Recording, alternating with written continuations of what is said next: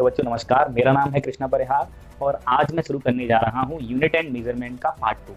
Part 1 में हमने discuss किया हुआ है कि डायमेंशनल फॉर्मूला किसी भी फिजिकल क्वांटिटी का कैसे बना के तैयार करना है। इसी के साथ हमने उस वीडियो में ये भी सीखा हुआ है कि किस प्रकार से किसी भी फिजिकल क्वांटिटी को पहचानते हैं, उसकी यूनिट कैसे बताते हैं, ऐसी फिजिकल क्वांटिटीज कौन सी होती हैं जिनके पास यूनिट है, डायमेंशनल फॉर्मूला नहीं है। तो ये सब अगर आपने पिछली वीडियो नहीं देखी हुई है तो ये आज की वीडियो समझ में नहीं आएगी, इसीलिए वो देख कर ही आए। उसकी लिंक आपको डिस्क्रिप्शन में मिल जाएगी। डिस्क्रिप्शन में आपको इस चैप्टर से जुड़े हुए नोट्स भी मिल जाएंगे और इस चैप्टर के क्वेश्चंस भी मिल जाएंगे। क्वेश्चंस के डिस्कस करने के लिए आप अपने डाउट्स टेलीग्राम चैनल पर डाल सकते हैं और जितने ज़्यादा डाउट्स इकट्ठे होंगे उनके लिए मैं एक अलग लेक्चर लेके आऊँगा जिसके डाउट्स की वीडियो आपके लिए बनाऊँगा। ठीक, तो आज की वीडियो शुरुआत करते हैं। तो आज का पहला टॉपिक है इसमें प्रिंसिपल ऑफ होमोजेनिटी। तो प्रिंसिपल ऑफ होमोजेनिटी क्या होता है इसे समझे। पहले डेफिनेशन ना लिख के मैं सादा बात बताता हूं आपको।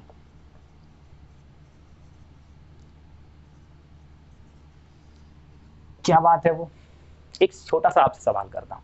छोटा सा सवाल ये है कि आपसे कोई कहे कि 5 किलोमीटर में कितने मीटर हैं, आप बता सकते हैं। लेकिन आपसे कोई कहे कि 5 किलोमीटर में कितने किलोग्राम हैं, ये कैसा बाईजार सवाल है। ये इसीलिए ऐसा सवाल है गलत क्योंकि इनकी यूनिट्स अलग अलग हैं। तो ये जो प्रिंसिपल ऑफ होमोजेनिटी है वो हमें यही बताता है। एक्चुअली मैं आपको बता दूं, जैसे आपके पास कोई भी फॉर्मूला लिखा है, मान लो ये लिखा है v बराबर u प्लस ए टी। ये आपने फर्स्ट इक्वेशन ऑफ मोशन शायद पहले कभी पढ़ी होगी, जिसमें ये क्या है, वेलोसिटी फाइनल, ये इनिशियल वेलोसिटी, ये एक्सेलरेशन और ये टाइम। तो आप ये देखेंगे कि सारी की पूरी इक्वेशन में इसकी जो डायमेंशन होगी, इसकी जो यूनिट होगी वही इसकी होगी और वही इन दोनों की मिला के होगी। इसी को कहते हैं प्रिंसिपल ऑफ होमोजेनिटी। ठीक, अब समझते हैं। जैसे v की यूनिट अगर आप देखें तो क्या है, वेलोसिटी मीटर पर सेकंड। ठीक, इनिशियल वेलोसिटी भी मीटर पर सेकंड, वहीं एक्सेलरेशन क्या है, मीटर पर सेकंड स्क्वायर और इनटू सेकंड, टाइम की यूनिट काट दो तो ये भी मीटर पर सेकंड है, ये भी मीटर पर सेकंड है और ये भी मीटर पर सेकंड है। अगर डायमेंशनल फॉर्मूले में बात करूं तो ये भी क्या है, L अपॉन टी, और इधर भी क्या है, L अपॉन टी, और इधर भी क्या है, L अपॉन टी। तो मतलब कोई भी इक्वेशन जो है उसके सभी की डायमेंशन सेम होनी है। यही है होमोजेनिटी का असली मतलब। अब ये काम में कैसे आ जाता है, इसको बहुत अच्छे तरीके से काम में हम ले सकते हैं। एक तो हम इससे ये पता लगा सकते हैं कि अगर ये इक्वेशन लिखी है, इसके अलावा कुछ और इक्वेशन लिख दूं मैं। जैसे मान लो मैंने लिख दिया v बराबर u plus a t square, तो ये इक्वेशन सही है या गलत है, इसका एक अंदाजा हम इसकी यूनिट और डायमेंशन से लगा सकते हैं। आपको मालूम है वैसे भी ये गलत है। कोई और इक्वेशन होती, जैसे मैं लिख देता, मान लो फोर्स का एक फॉर्मूला आता है सेंट्रीपिटल फोर्स के लिए mv स्क्वायर बाई आर आता है, लेकिन मैं अगर ऐसे लिख देता mv square upon r square, तो अभी तो मैंने बोल दिया तो तुम कह दो अरे गलत है सर।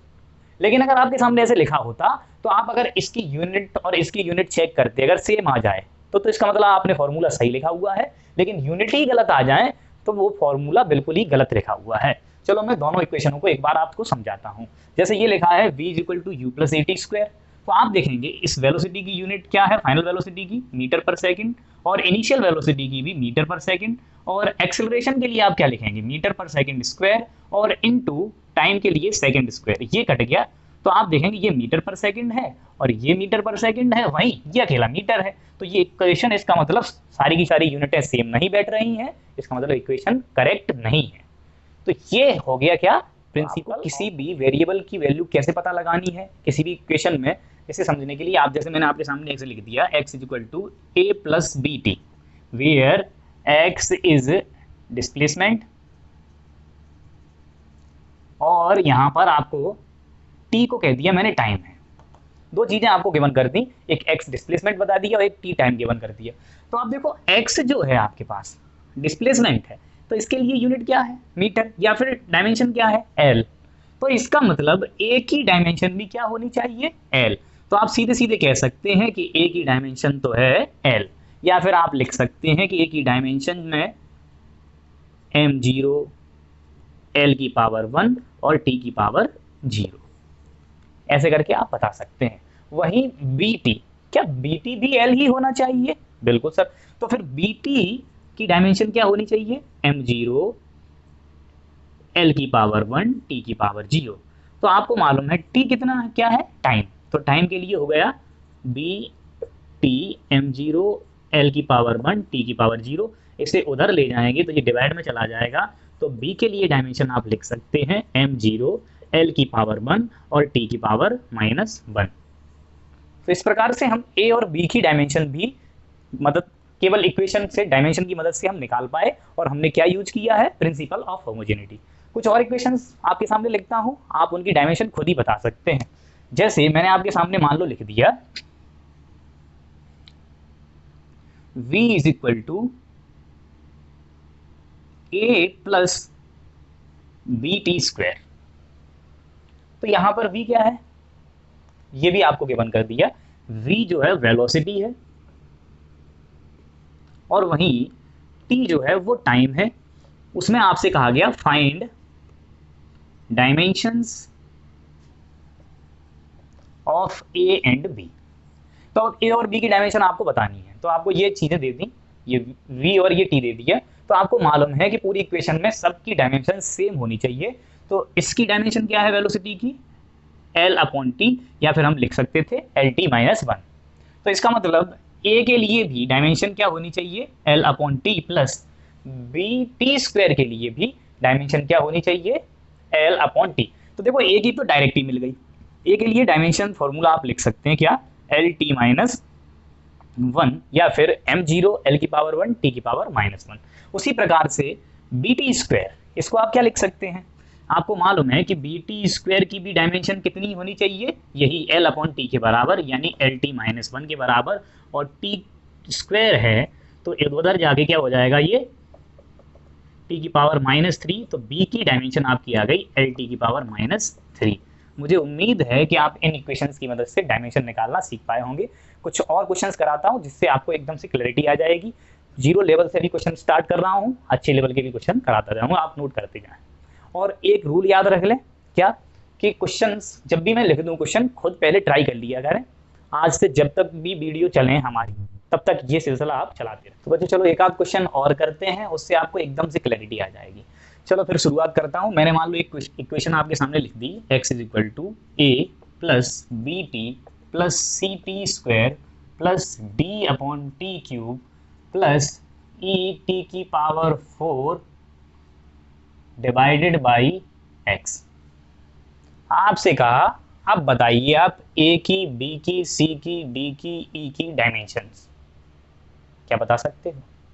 एक बार स्क्रीन पॉज करके और ट्राई कर लीजिए, फिर शुरू कीजिए। ओके, शुरू करता हूं।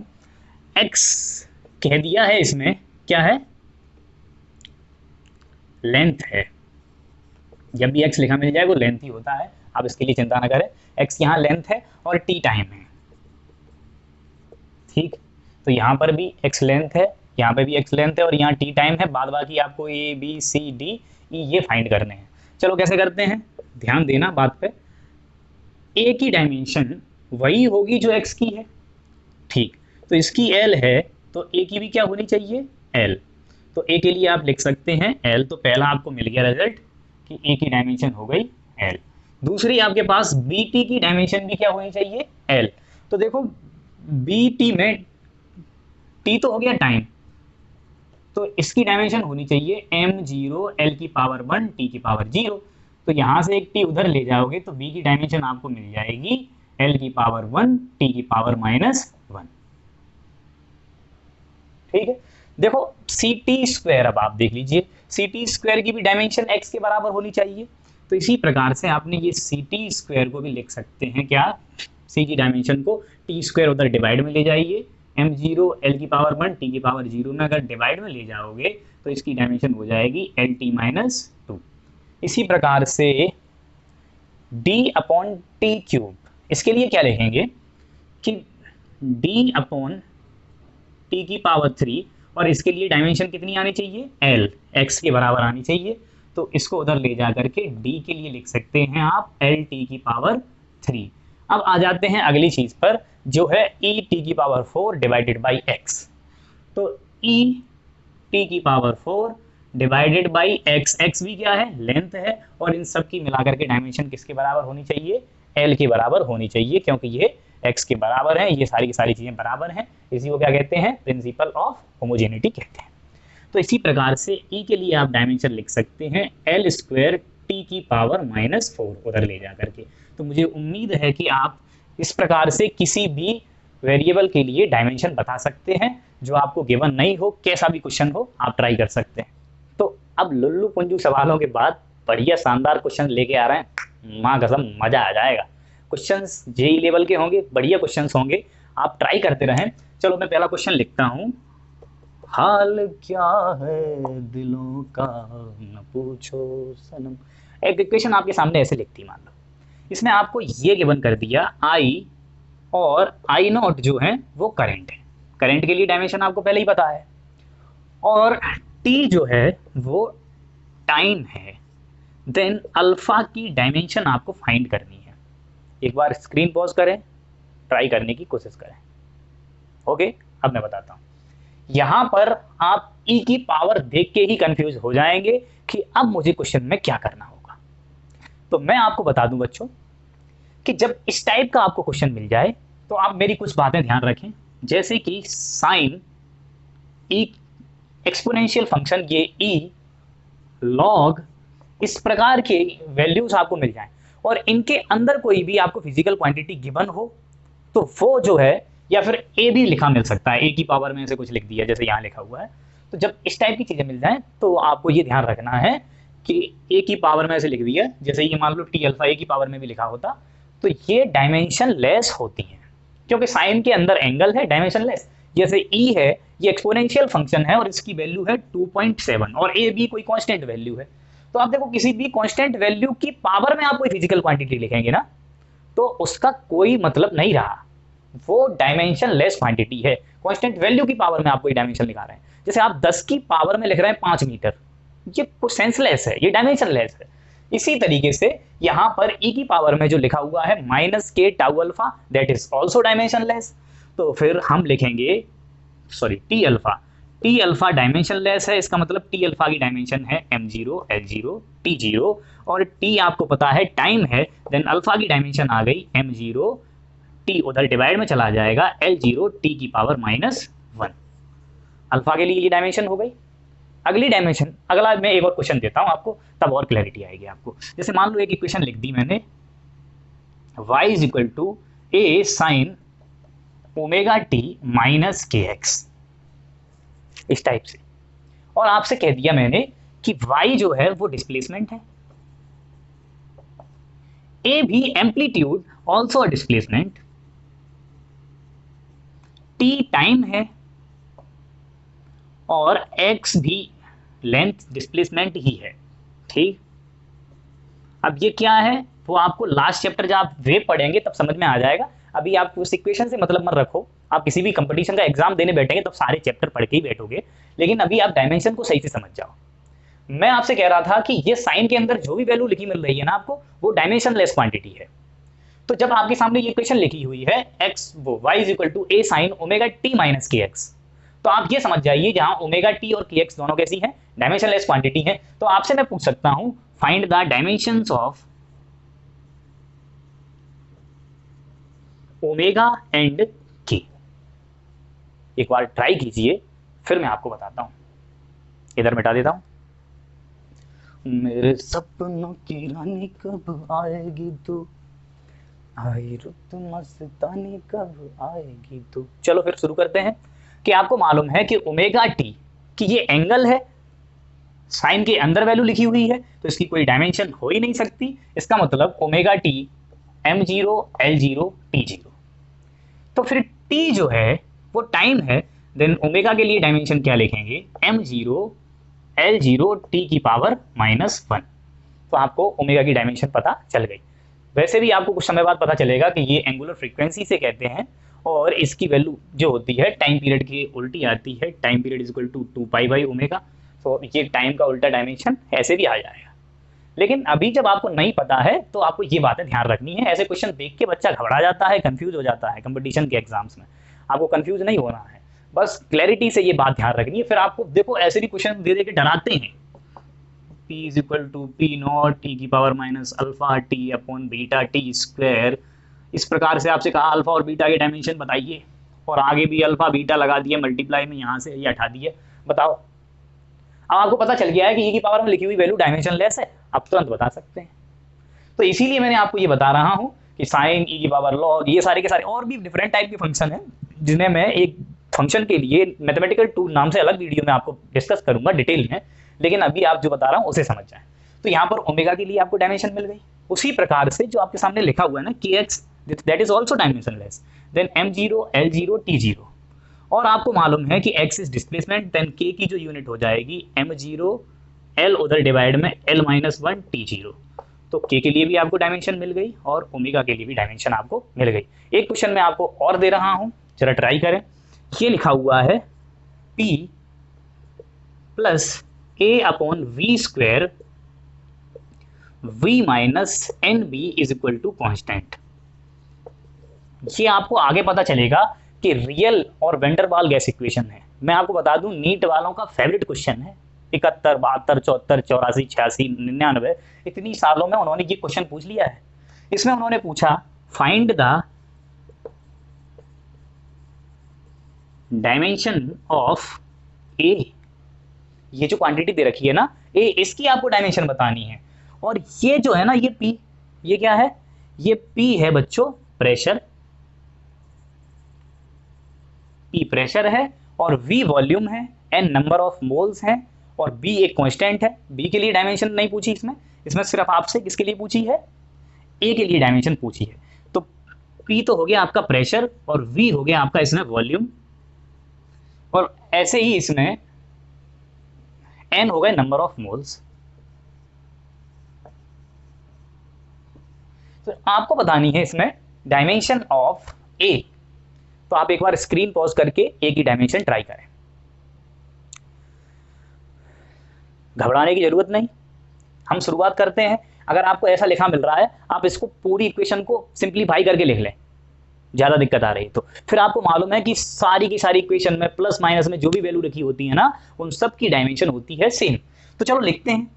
पहले ये लिखेंगे, ये हो गया पीवी, इसका इसके साथ मल्टीप्लाई करें तो ये हो जाएगा माइनस के एन पी बी, फिर इसका इसके साथ मल्टीप्लाई करें तो ये हो जाएगा ए अपॉन वी, ये इसके साथ v से एक v मल्टीप्लाई में कट जाएगा, ये a अपॉन वी स्क्वायर का आप इसके साथ मल्टीप्लाई कर दें तो n a b by v square minus के n a b by v square बराबर कांस्टेंट।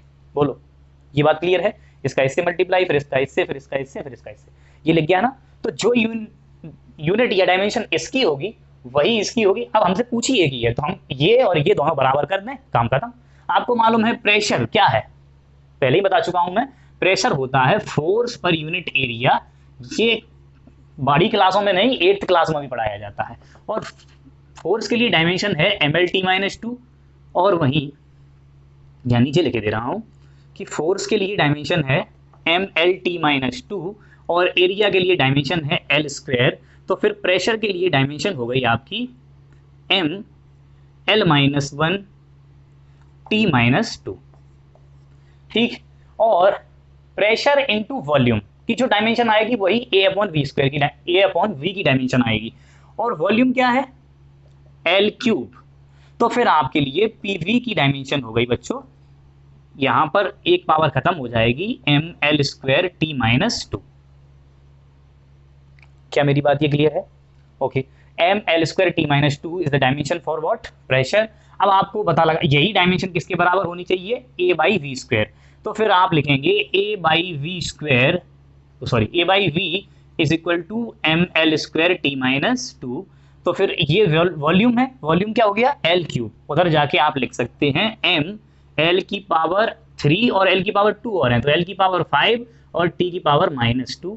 ये आ गई आपके पास डायमेंशन किसके लिए, a के लिए। मुझे उम्मीद है कि आप ये डायमेंशन को समझ पाए होंगे, प्रिंसिपल ऑफ होमोजेनिटी कैसे इस्तेमाल करना है ये आप समझ गए होंगे। चलो मैं कुछ और चीज़ें बताता हूँ, ये आप एक बार नोट कर लीजिए, ये काफ़ी महत्वपूर्ण क्वेश्चन है, काफ़ी ऐसे क्वेश्चन आपसे पूछे जा चुके हैं। तो आप इसका एक और एप्लीकेशन सीख ले रहे हैं जिससे हम कहते हैं to convert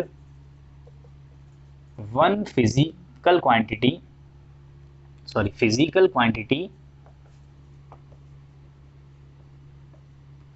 from one system to another, मतलब किसी फिजिकल क्वांटिटी को एक सिस्टम से दूसरे सिस्टम में कैसे कन्वर्ट करेंगे। अब एक सिस्टम से दूसरे सिस्टम का मतलब समझो, मतलब कि आपके पास पहला एक सिस्टम है एसआई सिस्टम, और उससे आप सीजीएस सिस्टम में किसी फिजिकल क्वांटिटी को कन्वर्ट करना चाह रहे हैं। तो देखो जैसे कि फोर्स है, और फोर्स के लिए डायमेंशन आपको मालूम ही है क्या है, डायमेंशनल फॉर्मूला mlt-2। अब अगर इसकी आप यूनिट लिखना चाहें mlt-2 के टर्म में, फोर्स के लिए mlt-2 आपको डायमेंशनल फॉर्मूला पता है, और आप इसकी यूनिट लिखना चाह रहे हैं, तो मास की यूनिट किलोग्राम हो गई एसआई सिस्टम में, लेंथ के लिए मीटर हो गई, और टाइम के लिए सेकंड, और -2 पावर चल रही है तो सेकंड स्क्वायर, है कि नहीं। ओके, आप समझ गए होंगे। अगर ये एसआई सिस्टम में लिखा हुआ है और आपसे कहा जाए कि इस फिजिकल क्वांटिटी को आप कन्वर्ट करें किस सिस्टम में, सीजीएस सिस्टम में, यानी कि किलोग्राम को ग्राम में बदलें, मीटर को सेंटीमीटर में बदलें, और सेकंड को सेकंड में ही रहने दें। तो एक तो आप मैं डायरेक्ट भी कर सकता हूं, लेकिन आपको पहले स्टेप समझने हैं। आपको मालूम है कि फिजिकल क्वांटिटी, कोई भी फिजिकल क्वांटिटी है, that is what n multiply u, magnitude and unit. आपको मालूम है कि फिजिकल क्वांटिटी सेम की सेम रहने वाली है, तो एक मैग्नीट्यूड मान लो पहले सिस्टम में n1 है और यूनिट उसकी u1 है, तब दूसरे सिस्टम में वो यूनिट मैग्नीट्यूड n2 और यूनिट n2 बनी रहेगी, है कि नहीं। ठीक, क्योंकि n u का प्रोडक्ट ही तो कोई फॉर्मूला है और वैल्यू तो वही है, बस आप यूनिट चेंज कर रहे हैं। तो n1 u1 is equal to n2 u2, क्योंकि n u मिला करके क्या है, कांस्टेंट है। ठीक, तो आपको मालूम है कि n1 आपसे, जैसे मैंने कहा कि फोर्स है 1 न्यूटन, 1 न्यूटन आपको फोर्स गिवन दे दिया है। आपसे कहा जाए कि ये फोर्स को आपको कन्वर्ट करना है सीजीएस सिस्टम में। अब कैसे करेंगे, आपको n2 की वैल्यू निकालनी है, तो n2 की वैल्यू क्या लिखेंगे, मतलब दूसरे सिस्टम में क्या मैग्नीट्यूड आएगा उसका ये पता लगाना है, सीजीएस सिस्टम में क्या मैग्नीट्यूड आएगा, और एसआई सिस्टम में वो मैग्नीट्यूड आपको कितना दे दिया है, 1, फोर्स 1 न्यूटन दे दिया है। यूनिट आपको मालूम ही है, kilogram metre per second square है। तो आप देखें n2 को ऐसे भी लिख सकते हैं n1 times u1 upon u2। अब आप देखो u1 क्या दे रखा है, mlt-2, या फिर आप कह दो kilogram metre per second square. तो आप n2 की वैल्यू लिख सकते हैं बच्चों n1 times mlt-2 m1 l1 t1, ऐसे इसे लिख लो m2 l2 t2 की पावर -2। भाई ये वैल्यू अलग अलग आएंगी ना, ये किलोग्राम में है तो ये ग्राम में है, ये मीटर में है तो ये सेंटीमीटर है, और ये सेकंड है तो ये सेकंड है। इसलिए मैंने एक को m1 m2, एक को l1 l2 और एक को t1 t2 लिख लिया है बच्चों। ठीक है, तो आप ये ध्यान रखें कि n1 आपको मालूम है 1 दे रखा है, तो अब इसे ऐसे कन्वर्ट करेंगे, आप चाहो तो इसे ऐसे भी लिख सकते हैं n2 is equal to n1 times m1 upon m2 और l1 अपॉन l2 और t1 की पावर -2 डिवाइडेड बाई t2 की पावर -2। अब देखो ये n1 1 है और m1 आपको किलोग्राम में दे रखा था, इसे ग्राम में बदल लीजिए, क्योंकि आपसे सीजीएस सिस्टम में पूछा गया है ना, तो सीजीएस सिस्टम में पूछा गया है तो ये किलोग्राम में दे रखा था, इसे ग्राम में बदल लेंगे तो ये 1000 हो जाएगा। ठीक, और ये अपॉन 1, अब ये किस में आ गया, ग्राम में आ गया। और ऐसे ही ये लंबाई मीटर में है तो इसको सेंटीमीटर में बदल लो, तो 1 मीटर में 100 सेंटीमीटर डिवाइडेड बाई 1, और टाइम तो सेकंड का सेकंड में ही है तो 1 सेकंड डिवाइडेड बाई 1, और ये आ गई आपकी यूनिट सेकंड। तो आप ग्राम सेंटीमीटर, यहाँ पे आप ये भी ध्यान रखने के लिए लिख सकते हैं सेंटीमीटर और सेकंड। तो n2 जो वैल्यू आ जाएगी 1000 और मल्टीप्लाई 100 यानी कि 1 लाख, और ग्राम सेंटीमीटर पर सेकंड स्क्वायर। तो ये हो गई आपकी n2 यानी कि सीजीएस सिस्टम में फोर्स की वैल्यू, और ये आई है आपकी 10⁵ के बराबर, और ये कहलाता है बच्चों डाइन। 1 न्यूटन में कितनी डाइन है, 1 लाख डाइन के बराबर 1 न्यूटन है। तो आप एसआई सिस्टम को सीजीएस सिस्टम में ऐसे कन्वर्ट कर सकते हैं। अब डायरेक्टली आप चाहते तो डायरेक्टली भी लिख सकते थे कि आपको मालूम है कि फोर्स है 1 न्यूटन, या फिर आप कह सकते हैं कि फोर्स है 1 kilogram metre per second square. अब इसको सीजीएस में बदलना है तो किलोग्राम को ग्राम में बदल दो। किलोग्राम में कितने ग्राम हो गए 1000 और मीटर में कितने सेंटीमीटर हो गए 100। तो आप ऐसे भी लिख सकते हैं force is equal to 1000 kilogram को ग्राम में बदल लिया और मीटर को सेंटीमीटर में बदलने के लिए 100 का और मल्टीप्लाई कर दिया और सेकंड तो सेकंड है ही, तो ग्राम सेंटीमीटर पर सेकंड स्क्वायर। तो डायरेक्टली भी आप बता सकते हैं, लेकिन ये एक कन्वर्जन का सही तरीका है। इसी तरीके से आप ट्राई करेंगे तो कभी भूलेंगे नहीं। तो ये एक यूनिट को दूसरे यूनिट में कैसे कन्वर्ट करना है ये आपको समझ में आ गया होगा। चलो एक और क्वेश्चन कराता हूँ, पहले आप इसे नोट करो। चलो मान लो अगले क्वेश्चन में आपको 10 या फिर आपसे 1 जूल वर्क मान लो आपके पास वर्क दे रखा है 1 जूल। तो 1 जूल वर्क को आपको सीजीएस सिस्टम में बदलना है। तो पहले आपको यूनिट और डायमेंशनल फॉर्मूले पता होने चाहिए और ये पता होना चाहिए N1U1 is equal to N2U2। तो फिर यहाँ से एक यूनिट से दूसरी यूनिट में अगर आपसे N2 निकलवाया जा रहा है तो उसे लिखेंगे N1U1 डिवाइडेड बाई U2। ये तो आपको पता चल ही गया है। 1 जूल को किस में बदलना है, 1 जूल का वर्क दे रखा है, इसे एसआई से सीजीएस सिस्टम में बदलना है, क्योंकि ये जूल है ना वो एसआई यूनिट है, ये आपने 9th में भी पढ़ी होगी। ठीक, तो 1 जूल में जो यूनिट लिखते हैं वो लिखते हैं किलोग्राम मीटर स्क्वायर पर सेकंड स्क्वायर, क्योंकि आपको मालूम है कि वर्क डन क्या है, फोर्स इनटू डिस्प्लेसमेंट। मैंने पहले भी पिछली वीडियो में ये आपको डायमेंशनल फॉर्मूला भी बताया हुआ है, ml स्क्वायर t-2, ये डायमेंशनल फॉर्मूला है वर्क के लिए, बस यही आपको यूज करना है। तो देखो अब ऐसे अगर आप लिखना चाहेंगे तो U1 के लिए लिखेंगे m1 L1 की पावर 2 और T1 की power -2 divided by m2 L2 की पावर 2 और T2 की पावर -2। इधर डिब्बे में बंद कर दीजिए, इधर बंद कर दीजिए, इधर बंद कर दीजिए, ये आपकी N2 आ गई और N1 आपको 1 दिया ही है। 1 जूल में आपसे क्या पूछा गया है, कितने सीजीएस वैल्यू होंगी। तो देखो M1 आपको मालूम है कि पहली एसआई सिस्टम में मास किलोग्राम में है, इसको ग्राम में बदल दीजिए, ये हो गया 1000 और 1 ग्राम ये है। इसी प्रकार से ये लंबाई आपको मीटर में दे रखी है, इसे सेंटीमीटर में बदल दीजिए। 100 स्क्वायर है तो फिर 100 का स्क्वायर कर दीजिए। 1 सेंटीमीटर है और ये 1 सेंटीमीटर है, तो इधर सेंटीमीटर स्क्वायर चलेगा, इधर ग्राम हो जाएगा और टाइम सेकेंड ही है तो फिर 1 और 1 ही रहने वाला है और ये सेकेंड के सेकेंड ही चल रहा है। स्क्वायर लगा है तो स्क्वायर से भी कोई फर्क नहीं पड़ने वाला, 1 सेकेंड ही है। तो N2 की जो वैल्यू आ जाएगी बच्चों वो आ जाएगी 1000 multiplied 100 multiply 100 gram centimetre square पर सेकेंड स्क्वायर। तो ग्राम सेंटीमीटर स्क्वायर पर सेकेंड स्क्वायर ये कितना हो गया आपका 10⁻⁷ ग्राम सेंटीमीटर स्क्वायर पर सेकेंड स्क्वायर। जो सीजीएस में वैल्यू आई है इसे कहते हैं अर्ग। तो फिर आप लिख सकते हैं N2 10⁻⁷ अर्ग, जो कि किसके बराबर है 1 जूल। तो 1 जूल जो वैल्यू आ गई है वो 10⁻⁷ अर्ग के बराबर आ गई है। तो मुझे उम्मीद है कि आप एक फिजिकल क्वांटिटी को एक सिस्टम से दूसरे सिस्टम में कन्वर्ट करना ढंग से सीख जाए। चक्कर गया है, मजा नहीं आया, मुझे नहीं लग पाया कि आप सीख पाए हैं। मेरे कलेजे को ठंडक मिल जाएगी एक क्वेश्चन और ट्राई करके आप वैल्यू सही बता दें एसआई सिस्टम से सीजीएस सिस्टम में। ठीक, जैसे मैं आपके सामने लिखता हूँ ग्रेविटेशनल कांस्टेंट और इसकी वैल्यू है 6.67 इंटू 10⁻11 न्यूटन मीटर स्क्वायर पर किलोग्राम स्क्वायर। आपको इसकी कन्वर्ट करनी है यूनिट सीजीएस सिस्टम में। ठीक, आप इसे कन्वर्ट कर दीजिए, एक बार स्क्रीन पॉज करिए, ट्राई कीजिए। चलो अब मैं शुरू करता हूँ। आपको मालूम है कि लिखा है N1U1 is equal to N2U2, एक यूनिट कन्वर्जन दूसरे में। आपको N2 की अगर वैल्यू निकालनी है तो आप क्या लिखेंगे N1U1 अपॉन U2।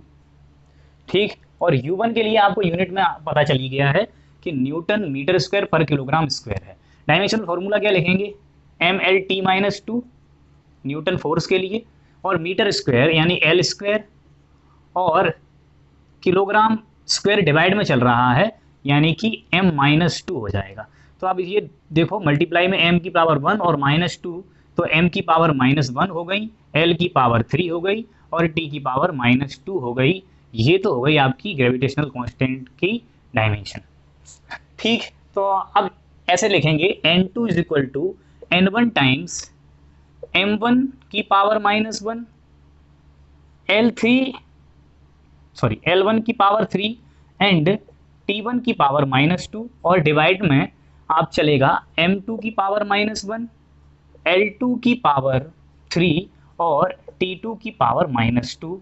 इधर इसे एक डब्बे में बंद कर लो, इसे एक इधर कर लीजिए, इसे एक इधर कर लीजिए। आपको मालूम है ये किलोग्राम है, ये ग्राम है, ये मीटर है, ये सेंटीमीटर है, ये सेकंड है और ये सेकंड है। तो आप क्या लिखेंगे, किलोग्राम की पावर -1 यानी कि 1000 की पावर -1 और ग्राम यानी कि 1 की पावर -1। एक तरफ ये हो गया आपके पास, एक तरफ हो गया मीटर की पावर 3 और मीटर को सेंटीमीटर में बदलो तो 100 और 100 की पावर 3 डिवाइडेड बाई 1 की पावर 3। और एक तरफ आप लिखेंगे T1 यानी कि सेकंड, और वो 1 सेकंड तो सेकंड में ही चल रहा है सीरियस में भी और SI में, तो ये 1 की पावर -2 और इधर भी 1 की पावर -2। इससे कोई फर्क नहीं पड़ने वाला है, बाद में आप लिख देना डायमेंशन और यूनिट। पहले आप न्यूमेरिकल वैल्यूज देख लीजिए। और N1 आपको दे रखा है 6.67 इंटू 10 टू द पावर -11। तो N1 की वैल्यू आगे मल्टीप्लाई में लगा दो, 6.67 इंटू 10 टू द पावर -11 और इज इक्वल टू N2। आप, मुझे उम्मीद है कि आपको ये समझ में आ रहा होगा। तो ये 10 टू द पावर -3 लिख सकते हैं ना इसको। तो ये हो गया 6.67 इंटू 10 टू द पावर -11 और ये हो गई 10 टू द पावर -3 और ये 10 टू द पावर 2 की पावर 3 है।